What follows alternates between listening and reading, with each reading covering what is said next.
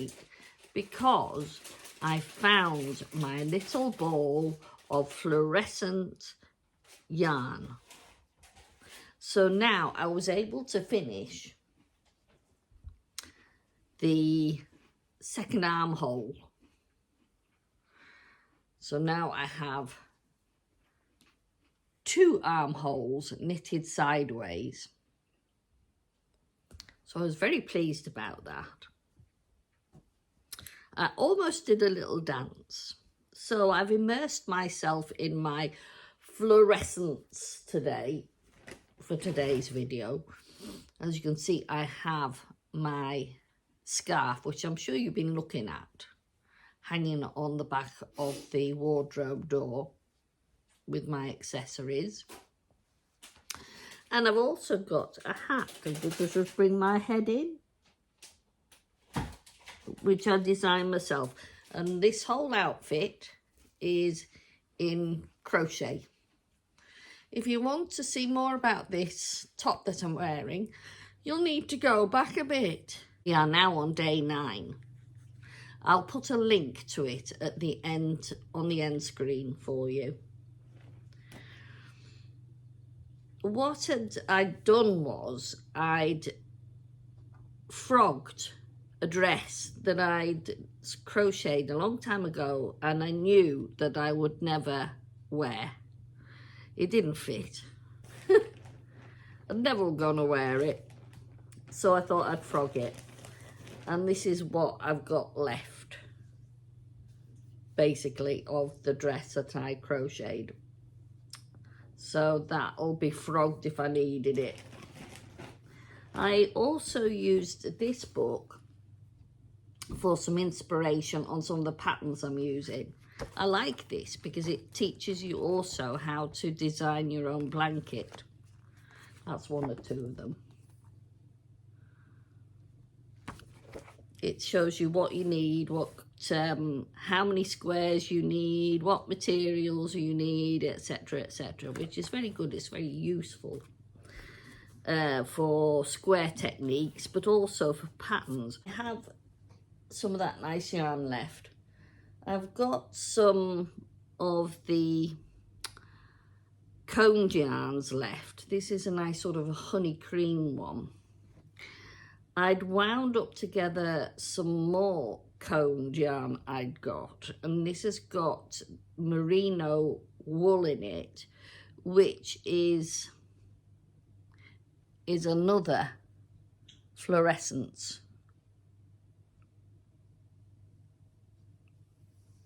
So you can actually get merino wool in the fluorescent colour. That's how much I like it. I have seen them, hand-dyed yarns across the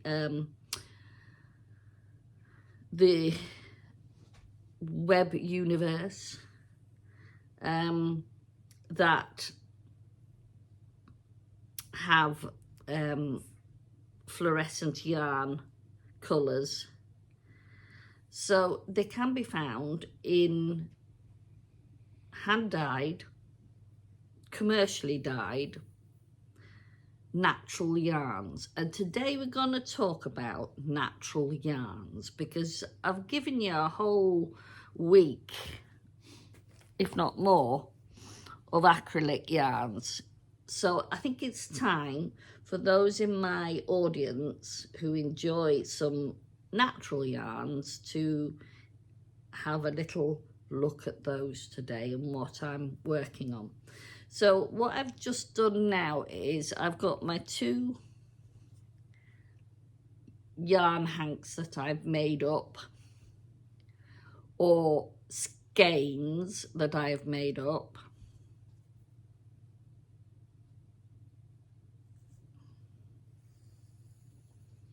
And this is the kind of thickness I'm getting. I'm getting a kind of a double knit thickness there. I wouldn't twist it as I was knitting it, but you could, I suppose. But that's kind of semi-plying it as you go. Yeah, you could do that, but it's quite challenge to do that whilst you're knitting. Let's have a little go. I've got this. I've got loads of needles. These are needles people have given me, I've bought, etc., etc., and I've kept it in this old tube. Right, that's a pair of needles I bought from the Isle of Sandy when we were on holiday there. It's 4mm. So I'm just going to see how it works. So I'm just going to cast on about 20. In fact, actually, I like this combination that I might make it up into one of those Sophie Scarves, because I've got enough in there to do a Sophie Scarf. I'll weigh it and then see how much I've got all together. So I'm not planning as I go along, that's just normally. I don't think I could do that at the same time as knitting, but I'm going to have a little bash. I've not tried it. No, it would be pretty, you could, but you would be you'd be sat here forever. So I'm just going to knit it without plying it as I knit, so that you can see how it will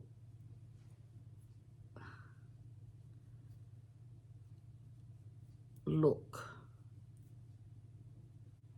Yeah, so I quite like that combination of colour.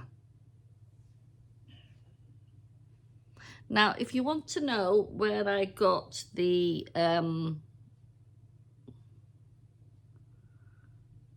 highlighter merino yarn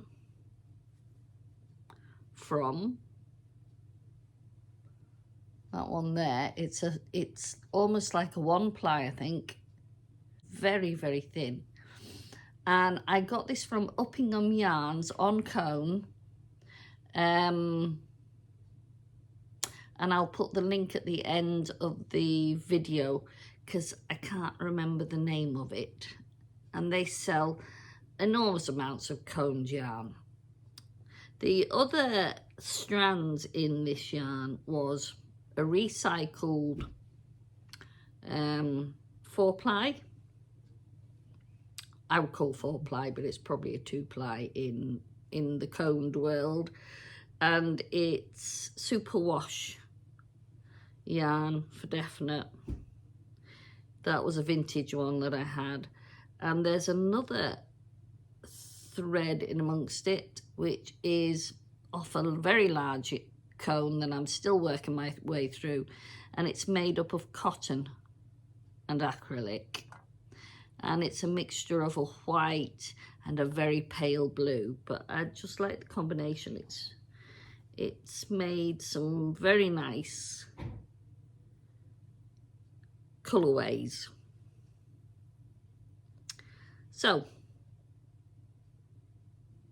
that's how I've knitted some of my marled garments, just by experimenting with colourways and different yarns. So I said the other day, I think it was yesterday, that I was in the middle of making a skirt using some beautiful cashmere yarn, which I bought locally, and I didn't know that we had cashmere goats on the island.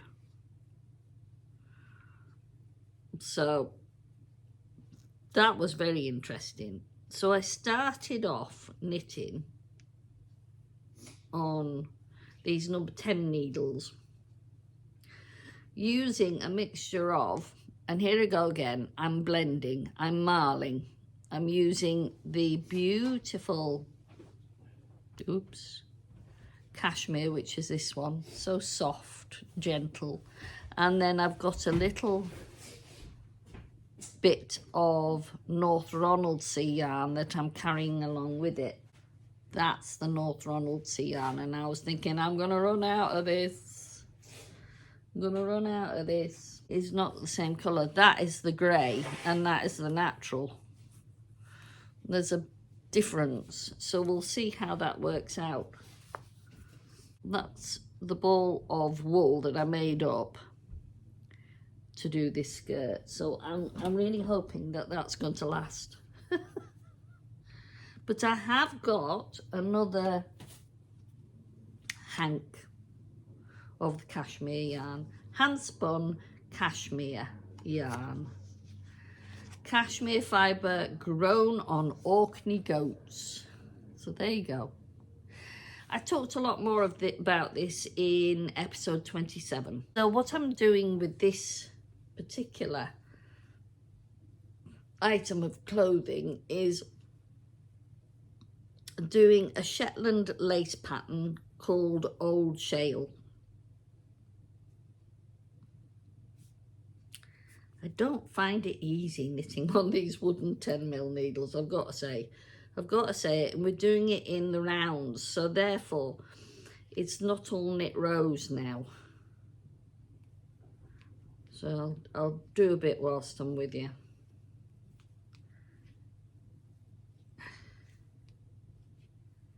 I started this not long after Mum died, so I did start it, and it's one of those patterns that we both liked. Oh, see, it's not easy to knit on these needles. So my idea was to make a skirt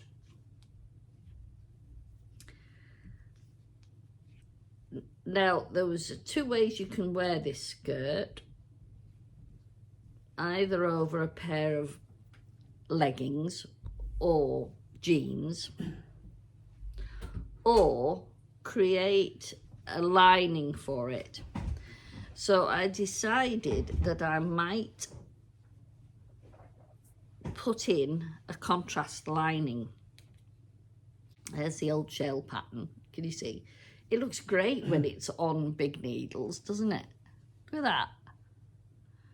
Beautiful. And it's so soft.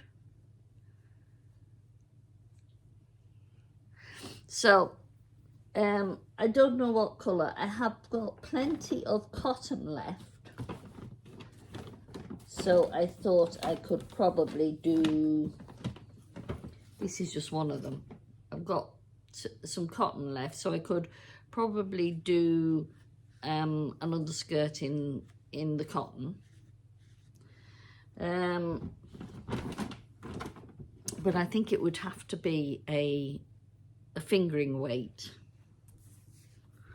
Something like that. That's a fingering weight. So I could do it in a natural yarn. And I have got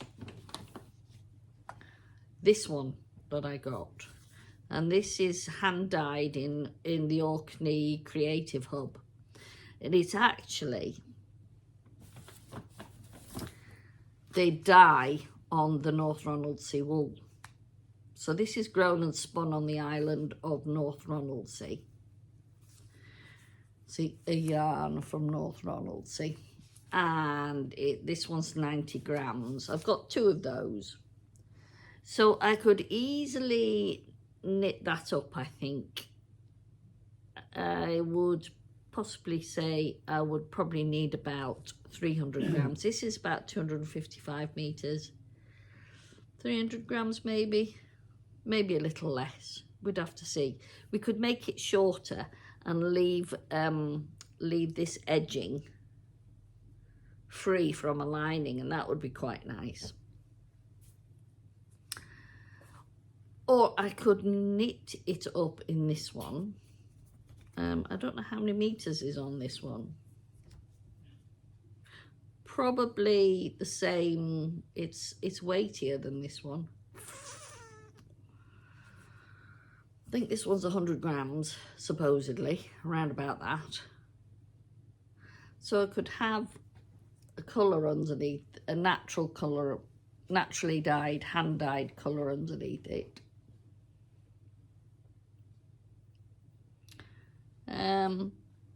Or a brighter colour, we'll have to see.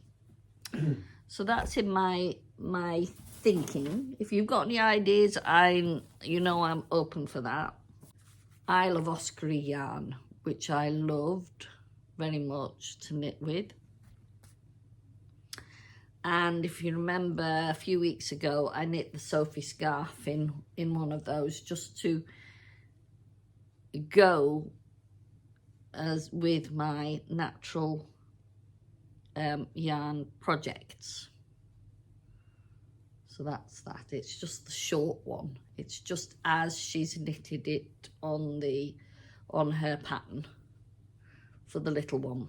I like that. It's cute. This is a pack of grade 2 Aran, and they call it about 550 grams worth of grade 2 Aran in different colours. And this is the one, these are all undyed, so they're just the sheet colours. I was going to use this for my hoppy or Hopi sweater. I don't know how I'm going to do that, but the pattern will have Nordic Colourwork in it, so I was going to mix that into one colour so that I could do the colourwork on this sweater. So those two really are going with that. When I got this beautiful yarn, this beautiful cashmere yarn, I was at Appy's on the other side of the island, and she had some hand-dyed, hand-spun yarns that she'd done herself. Her name is Pam Farmer, and she'd created these herself. And this one particularly was from a blue-faced Leicester sheep with kid mohair silk in it. So it's 111 grams, and I just loved the colourwork on it. And it's very soft. And this was going to be my mum's jumper with the lovely lacy sleeves. That's part of the skirt. And what I'd done was put together all the colours that would, in lilacs, that would go in that top. There's quite a lot of it. If that doesn't do a top, I'll be very much surprised. Yeah, that's mine. Grey. North Ronaldsay grey. So that is a little delving into my natural yarns collection. And I'm working on those slowly but surely. I just want to get rid of some of these old projects that are hanging around. And tomorrow I'm going to show you what I've got 2 more old projects left. And what I'm going to do with those. They're literally from a knitting pattern, or 2 knitting patterns, should we say. And I'll introduce you to one of the designers who I quite like, and the book that I've got from them. I might also show you what are some of the books that I like, because I have a collection on there for reference when I want to think about something. So I hope you enjoyed that today. There's one down here that we've not talked about. And we started this when I was doing my pattern calculations videos. And I actually did a little bit more on it. And it's using the woolly knits cotton I've got them two together at the moment. See, knitting with both of them together, it makes a thicker material. And this is where I started with my circular neck, and I put a little bit of glitter in there, see? I applied it with this. That's what I did. I just put it together with one strand of the blue cotton and one strand of the silvery colour. The colouring at this time of year on this doesn't look good. It looks kind of grey blue, but in the summer, I can tell you, it would look a lot lighter than that. But I've already marked it out. See, look, I've got a pink one there and another pink one there. Two pink markers, and that's for my sleeve. I've got a pink marker there for the start of the sleeve, and that's the beginning of the row and the end of the sleeve. Yeah, so I'm ready. I'm ready to do literally that. So I could actually work on that for a bit. I'd like to see what that looks like when it's finished, because I'll use some of that silvery yarn around the bottom as well, I think. So I suppose the question I want to ask today is, do I do a lining? What would you like to see as a lining on this skirt? Would you like to see a knitted lining? Or a sewn lining? Could do that. I've got some linen in this colour left. What would you like to see? So I hope you've enjoyed that today, and I'll see you again tomorrow when we will catch up on what I've got left to knit. And